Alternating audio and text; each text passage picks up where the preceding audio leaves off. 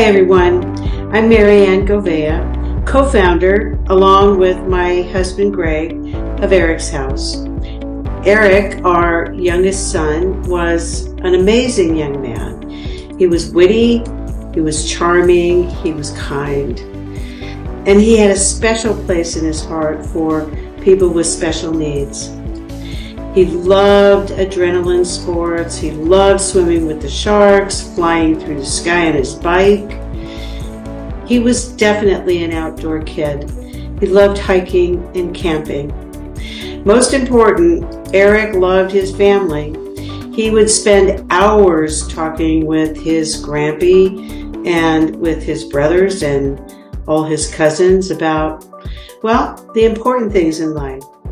He had a tattoo on the back of his arm that said, family. He had a bright smile and a big belly laugh. Eric died by suicide 7 years ago on February 27 in 2016. His story is a story we hear all too often. A high school injury that resulted in 7 surgeries, prescriptions for 500 OxyContin pills per month. He battled with sobriety until one day, sadly, the fear of living became so much more powerful than the fear of dying, and he made that tragic and fatal decision to leave this world behind. I tell this story about Eric because he was an amazing young man. Like all of our loved ones who die a self-harm death, their deaths do not define their lives, but rather their deaths require that those of us who are left behind redefine our lives in ways we never thought possible. Most of you have known someone who lost a loved one, perhaps even to the highly stigmatized deaths from alcohol, drugs, or suicide. For these losses, well, you know the old cliche, there are no words. And that's true. There are no words because the pain of this loss is unimaginable. Yes. Eric's death reshaped my life.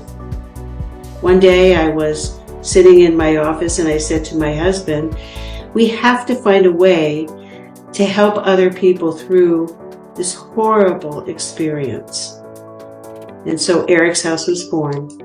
We support the emotional, physical, and spiritual healing for those bereaved by alcohol, drugs, or suicide. At EricsHouse, we have held nearly 5,000 client sessions, and we have members across the United States and Canada.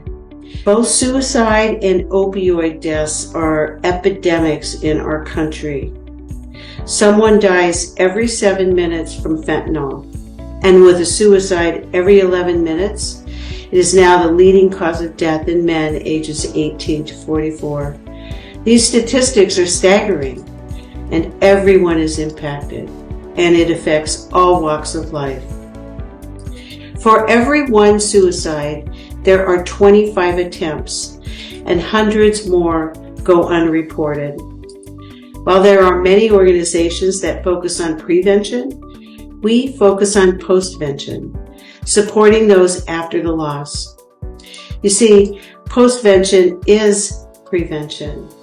Research shows that people who have known someone who has died by suicide is 1.6 times more likely to have suicidal thoughts, 2.9 times more likely to have a plan, and 3.7 times more likely to have made a suicide attempt themselves. There is some good news. Many of our clients choose to use their personal experience with pain and loss to inspire and support others. Many of our clients have learned to walk with their grief in powerful and inspiring ways, almost as though grief has become their teacher. To quote a dear friend, EricsHouse is love personified. We make use of every minute of every day to help people find hope so that they can live forward with their loss. We help people find that new you that somehow emerges from the ashes with grace, with power, and with love. I ask for your support in spreading the word, sharing our message of hope, healing, and new beginnings for people in your communities that may need help. And if you can, I urge you to make a donation so that we can meet the unfortunate demand and we can help people walk through the journey of profound and unimaginable grief. On behalf of the EricsHouse team of staff and volunteers, we wish you peace, love, and well-being. And thank you for being part of our success.